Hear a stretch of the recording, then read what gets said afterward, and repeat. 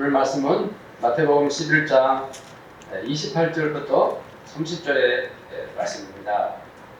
자, 우리 성도님들 다 함께 한 목소리로 읽겠습니다. 수고하고 무거운 짐진 자들아 다 내게로 오라. 내가 너희를 쉬게 하리라. 나는 마음이 온유하고 겸손하니 나의 멍에를 메고 내게 배우라. 그리하면 너희 마음이 쉼을 얻으리니 이는 내 멍에는 쉽고 내 짐은 가벼움이라 하시니라. 아멘.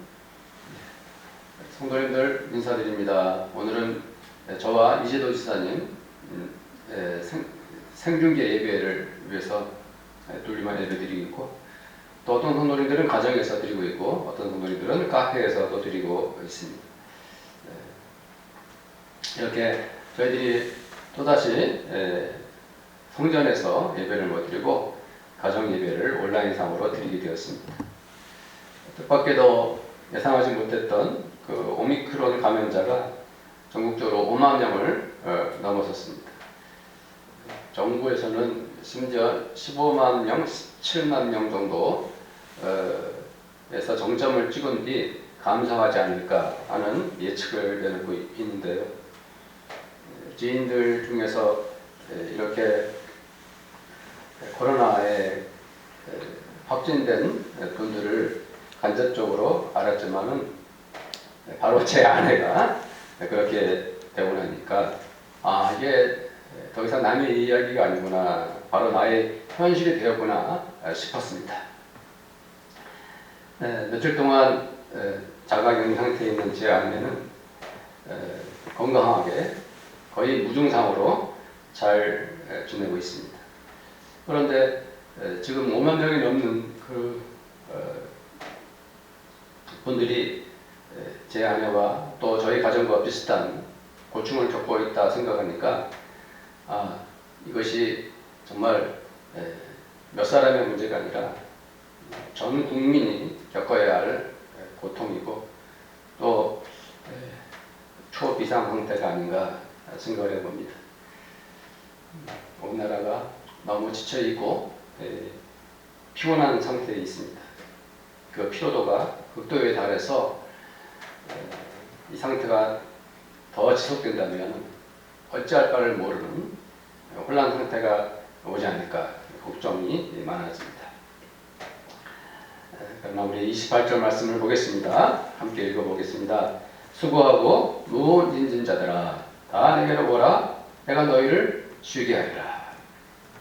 사람들은 어떤 수고를 하고 있을까요?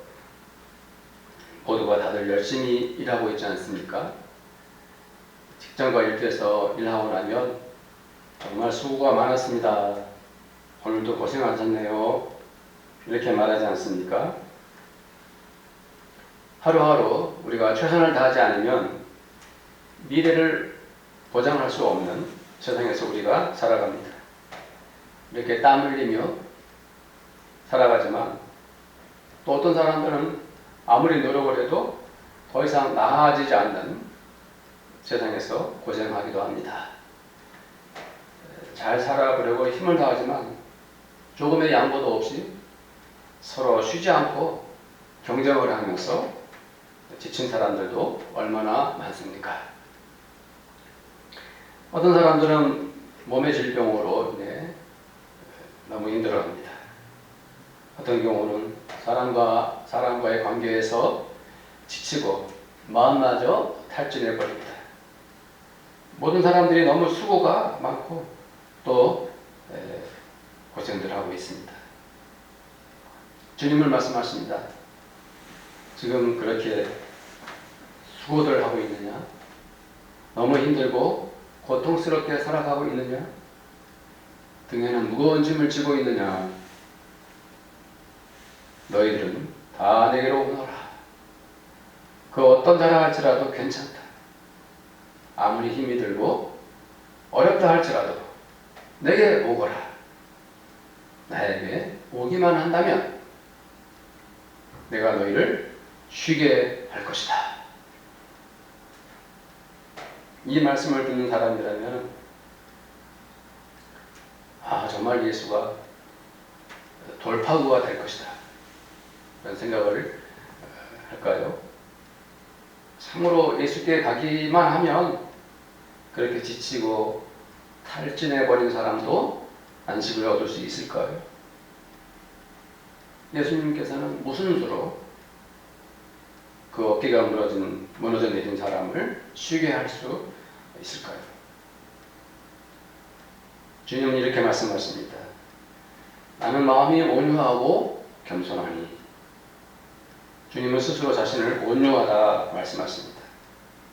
사실 온유하다는 것은 다른 사람이 인정할 때 진정으로 그 사람이 온유한 것이 아닙니까? 그러함에도 불구하고 왜 주님은 자신을 온유하다 하셨을까요? 예수님은 그분 자체가 온유하신 분이었습니다. 예수님께서 온유하신 것은 성품 자체에서 이미 드러나 있습니다. 예수님께서는 하늘의 영광을 보게 하시고 이 세상에 사람의 몸을 입고 내려오실 때에 이미 온유한 마음으로 가득하셨습니다. 예수님이 탄생하실 때 천군과 천사들이 부른 찬송 노래, 하늘에는 영광, 땅에는 평화였습니다. 이 평화라는 말 자체가 바로 예수님이 어떠한 분이신 것을 나타내고 있는 것이죠. 우리 주 예수님은 이 땅에 오실 때부터 평화와 온유의 주님으로 오셨습니다. 누가복음 2장 52절 말씀을 보면은 예수는 지혜와 키가 자라가며 하나님과 사람에게 더욱 사랑스러워 하시더라 했습니다. 하나님과 사람에게 사랑스러우신 어린 예수님. 예수님은 이렇게 어릴 때부터 하나님과 사람들에게 사랑스러우셨습니다. 그 성품이 온유하지 않다면 어찌 그렇게 사랑을 받으셨겠습니까? 누가복음 3장 22절 말씀에 보면은 주께서 세례 요한에게 세례를 받으십니다. 그리고 기도를 드리십니다. 그때 주님의 위로 성령께서 비둘기같이 강림하셨습니다. 이것은 무엇을 의미합니까? 이것은 무엇을 뜻합니까? 그것은 바로 비둘기처럼 온유한 성령님의 은혜가 예수님께 임하신 것입니다. 주님의 성품은 이렇게 성령님의 은혜로 온유하셨습니다. 우리가 먼저 생각할 것이 있습니다. 우리는 하나님의 자녀로서 성품 훈련을 받아야 합니다. 오늘 말씀 제목이 예수 성품 훈련입니다. 예수님의 성품을 닮아가는 훈련을 해야 합니다. 예수님의 성품 중에서도 그 온유한 마음을 담는 노력을 해야 합니다. 성도님들, 요즘처럼 사람들의 마음이 상하고 고통스러운 때가 또 있었습니까? 사람들은 너무 거칠고 사납습니다. 언어에는 온갖 욕들과 증오들이 가득합니다. 며칠 전에도 한 운동선수가 세상을 떠났습니다. 왜 그런 일이 일어났습니까? 그 운동선수에게 네티즌들이 온갖 욕설을 퍼붓고 악랄한 말을 멈추지 않았기 때문입니다. 얼마나 악플에 휘달렸으면 얼마나 마음이 고통스러웠으면 그랬을까 하는 생각을 하게 됩니다. 우리는 자동차 운전을 할 때도 그 좁은 공간에서 온갖 분노를 퍼부을 때가 있습니다. 사람들은 화를 참지 못하고 보복 운전을 하고 심지어 생명을 위협한 짓도 마다하지 않습니다. 왜 사람들은 그토록 적개심에 빠져 있을까요? 그것은 인간이란 태어날 때부터 그 성품에 죄성을 가지고 있기 때문입니다. 인간의 품성은 죄로 인해서 자기도 모르게 그 악한 것을 드러냅니다. 그 마음의 죄가 가득한 인간은 그것을 그대로 두면 그 악함은 더욱 커지고 깊어집니다.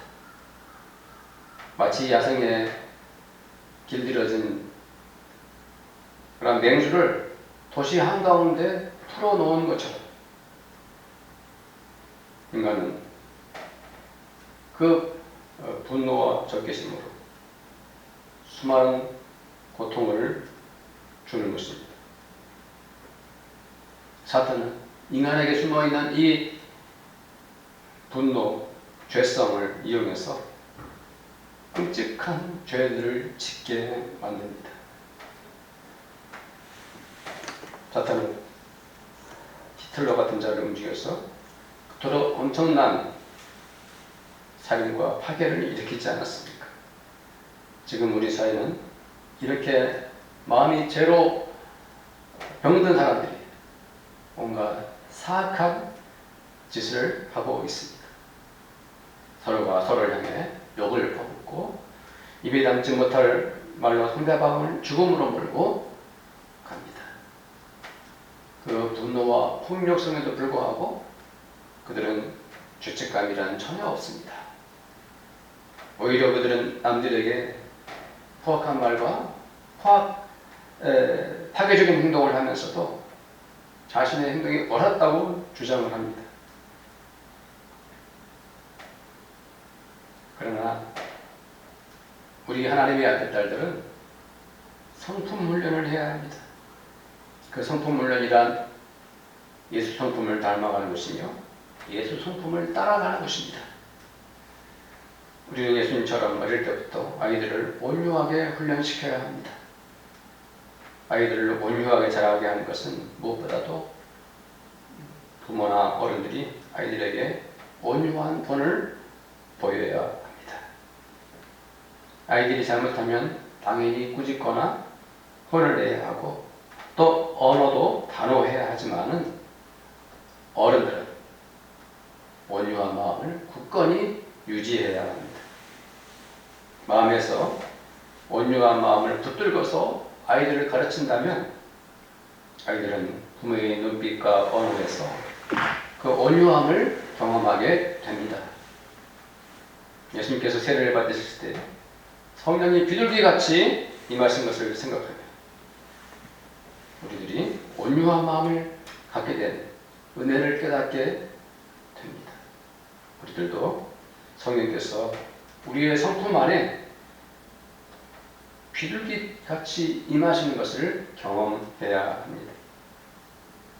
우리가 노력도 하고 최선을 다하는 것도 중요하지만 가장 먼저 우선순위에 둬야 할 것은 성령께서 우리 성품의 주인이 되게 하는 것입니다. 우리의 마음이 거칠어지고 또 사나울 때 우리는 걷잡을 수 없이 우리의 분노를 드러내는 실수를 반복하게 됩니다. 왜 그런 일이 자꾸 생기는 것일까요? 우리는 하나님의 사람들이 아닙니까? 우리는 성령의 은혜를 받아야 합니다. 우리는 성령께서 우리 마음에 충만히 임하도록 우리 인격에 성령님의 자리를 내어드려야 합니다. 성령께서 우리 가운데 오시면 우리의 성품은 평화로워지며 우리의 마음은 온유해집니다. 하나님의 신실한 제자 스데반은 유대인들에게 돌을 맞아 순교하는 순간에도 그의 얼굴이 천사와 같았습니다. 어떻게 그렇게 될 수 있었을까요? 스데반은 성령의 은혜로 충만하고 또 충만하였습니다. 우리들도 스데반처럼 성령의 은혜를 넘치게 받는다면 그 어떤 아픔과 고난 속에서도 주님의 온유한 마음을 보여줄 수 있습니다. 서해안 갯벌에 가면 그 서해안의 갯벌이 시커멓습니다. 그런데 그 시커먼 갯벌을 파보면 살아있는 쪽에는 숨을 쉬고 그 아름답게 하얗게 그 모습을 드러냅니다. 그렇습니다. 우리 하나님의 자녀들은 이토록 어둡고 험악한 세상에서 예수 성품을 가지고 살아야 합니다. 사람들이 내뱉는 사악한 언어와 토해내는 분노에 휩싸이거나 떠밀리지 말고 우리들은 끝까지 온유하고 온유해야 합니다. 성령님의 은혜로 우리의 성품이 온유해지는 것을 체험해야 합니다. 만약 우리가 온유하지 못하고 그만 거친 말을 하거나 포악한 행동을 했다면 사랑하는 성도님들 망설이지 말고 주님께 즉시 회개하십시오. 인간은 늘 죄악에 노출되고 있지 않습니까? 우리는 실수하기 마련입니다. 인간은 그렇게 약한 존재입니다. 주님은 우리가 회개하고 뉘우칠 때에 다시금 우리들이 온유한 소품을 갖도록 기회를 주십니다.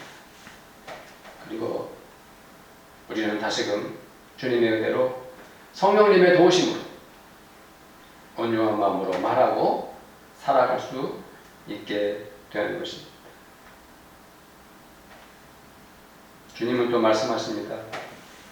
나의 멍에를 메고 내게 배우라. 나의 멍에를 메라 하신 이 멍에가 무엇인가요? 멍에 하면 가장 먼저 떠오를 이미지가 있죠. 그것이 무엇입니까? 멍에가 무엇입니까? 바로 사람들이 소를 길들이기 위해서 사람들이 그 소의 목에다가 메어놓은 것 아닙니까? 사람들은 소의 멍에를 걸어놓고 자기가 하고 싶은 대로 소를 조종하면서 이리저리 끌고 다니면서 일을 시키지 않습니까? 소의 입장에서 보면 이 멍에는 주인에게 얽매여서 억압을 당하게 하는 것입니다. 이 멍에 때문에 소는 자유를 잃었습니다. 이 멍에가 자기를 올가매어서 평생 죽을 때까지 주인의 노예가 되어서 살아가는 운명이 된 것입니다. 그래서 이 멍이라는 말은 구약성경이나 신약성경에 대부분, 다는 아니지만 대부분 매우 부정적인 의미로 쓰였습니다. 죄악의 멍에, 율법의 멍에, 죄인들의 멍에 이런 뜻으로 주로 쓰였다 할 수 있습니다. 그러나 주님은 나의 멍에를 메라고 말씀하십니다. 왜 주님께서 멍에라는 말을 사용해서 나의 멍에를 메라고 말씀하셨을까요? 이 멍에가 부정적으로 쓰이면 정말 가장 좋지 않은 것이지만 이 멍에가 주님의 멍에가 된다면 이보다 더 놀랍고 은혜로운 말씀은 또 없을 것 같습니다. 주님께서 친히 그 멍에를 내 목에 채워주시고 나의 멍에를 메어라 하신다면 그리고 나서 나에게 어떤 일이 생기는 것입니까? 어떤 일이 생기는가요? 주님께서 나를 친히 이끄시고 가신다는 말씀이 아닙니까? 주께서 메어주신 멍에가 있어서 주께서 가시는 길을 나도 가게 되는 것입니다. 주께서 무언가를 하실 때, 그 일을 행하실 때 우리도 주를 따라가면서 주님의 뜻대로 주의 일을 하게 됩니다.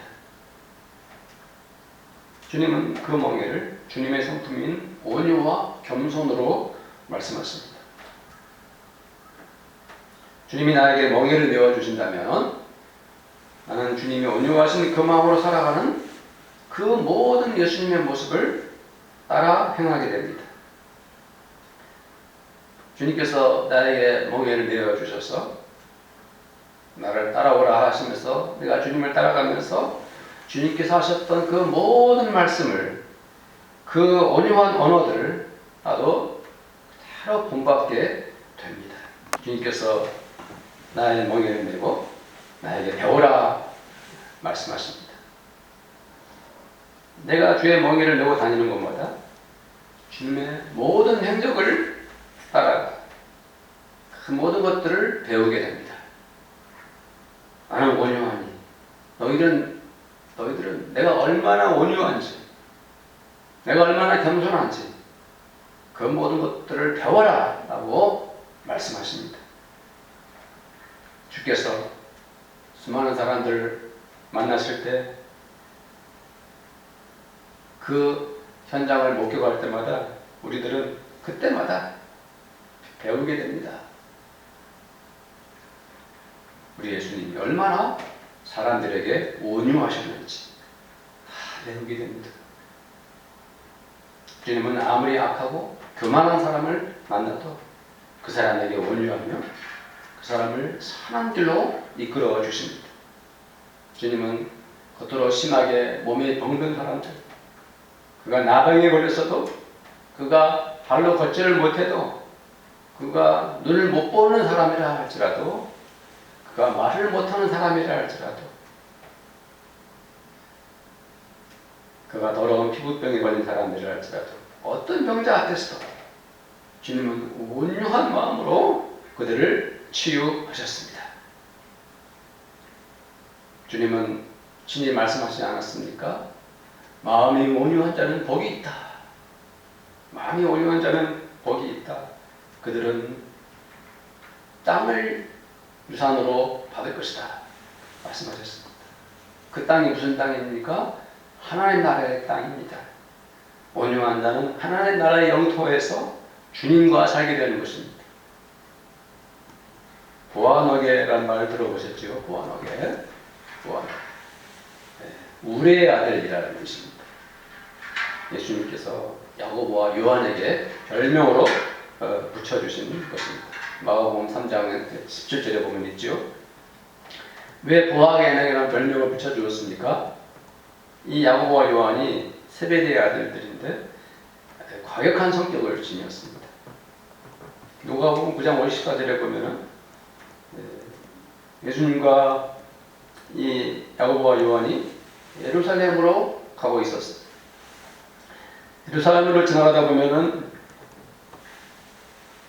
사마리아를 지나가야 되는데 그 한 마을에 도착했는데 마을 사람들이 예수님을 환영하지 않고 환영하기는커녕 배척을 했어요. 거부를 했어요.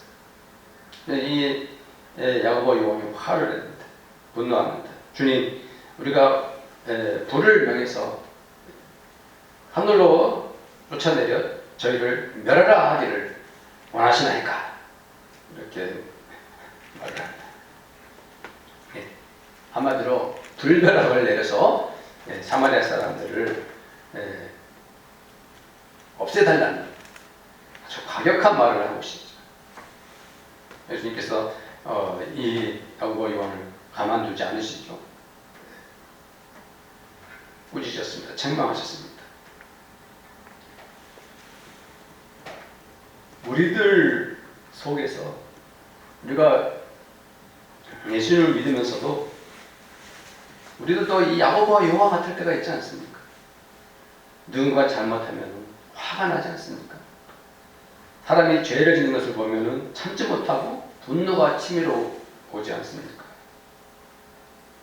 그러나 주님은 어떠한 상황과 어떠한 처지에서도 일관되게 온유한 마음으로 행동하셨습니다. 당신을 체포하러 온 군사들을 동원해서 예수님 체포하러 오지 않았습니까? 그때 베드로가 제사장 말고의 귀를 칼로 치는 장면을 우리가 알고 있죠.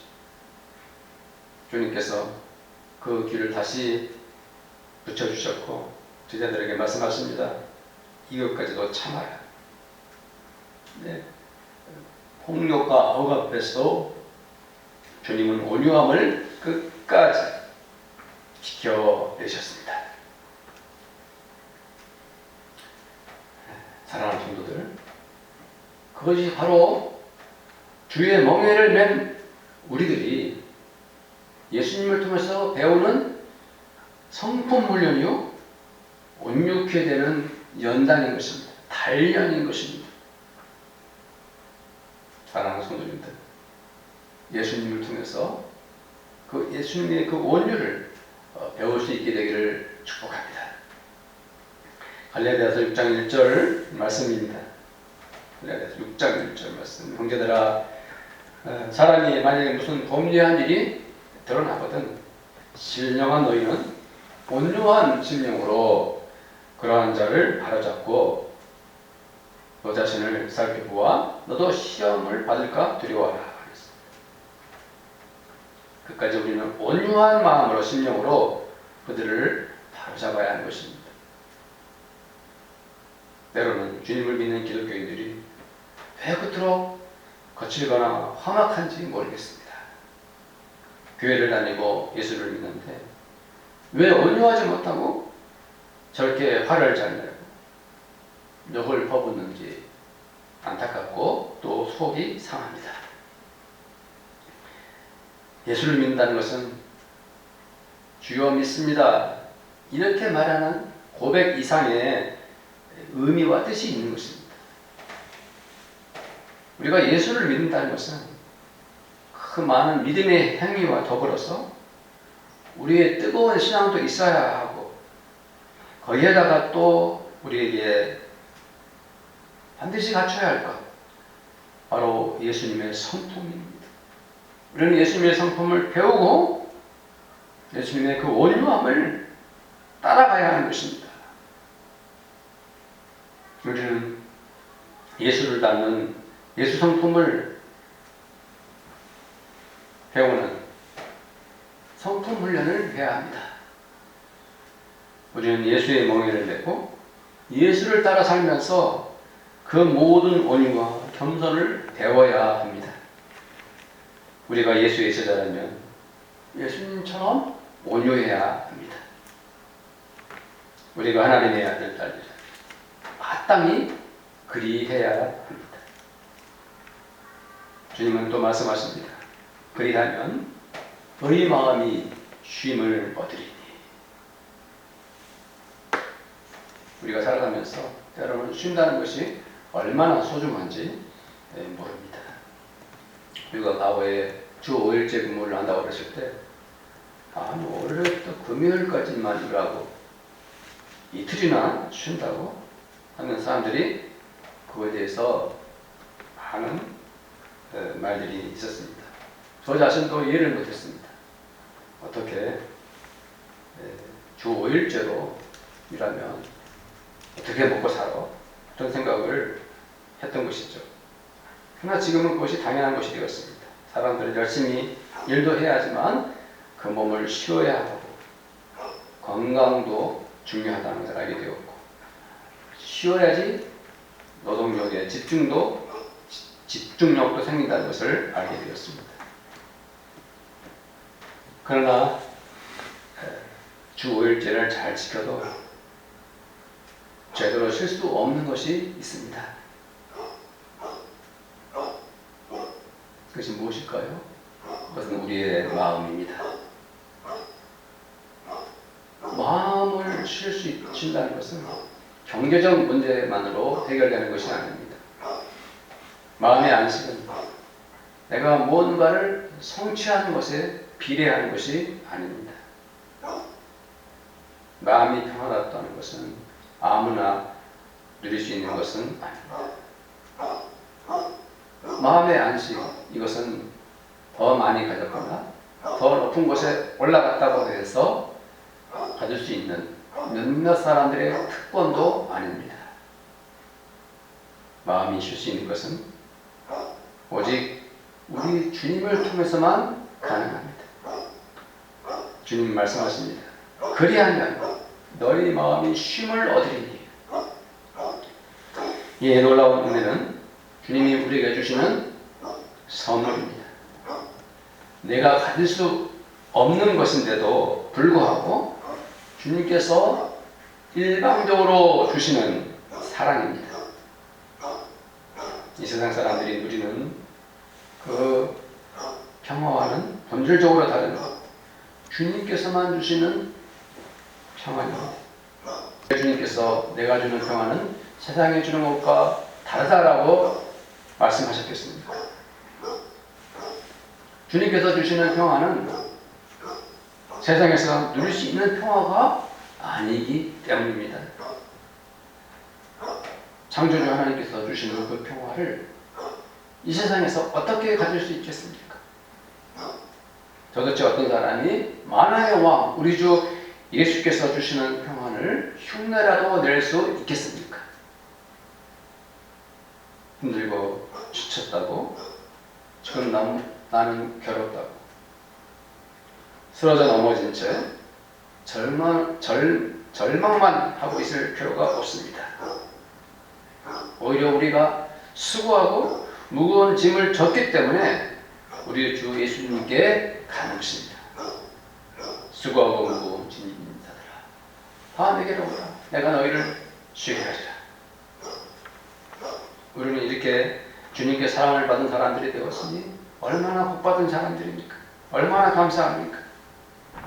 우리는 하나님의 아들딸로서 예수님이 주시는 평안을, 안식을 누리게 되었으니 얼마나 감사하고 또 감사합니까? 우리는 주님께서 내어주신 멍에를 낸 사람들입니다. 우리는 주님께서 가시는 곳마다 따라가는 자들입니다. 우리는 주님께서 머무시는 곳에 함께 머물고 주님께서 하시는 일을 따라 행하는 자들입니다. 우리는 주님이 하시는 말씀을 배우고 주님의 사랑을 경험하고 있는 자들입니다. 우리는 주님의 온유를 배우는 자들입니다. 우리 주 예수께서 얼마나 겸손하시고 또 온유하신지 그 모든 것을 깨닫고 그것을 따르는 자들입니다. 우리는 주님 때문에 지치고 힘든 마음을 쉴 수 있습니다. 세상은 온통 악하고 어둡지만 우리는 주님의 은혜로 하늘의 평화를 누리게 되었습니다. 우리 마음이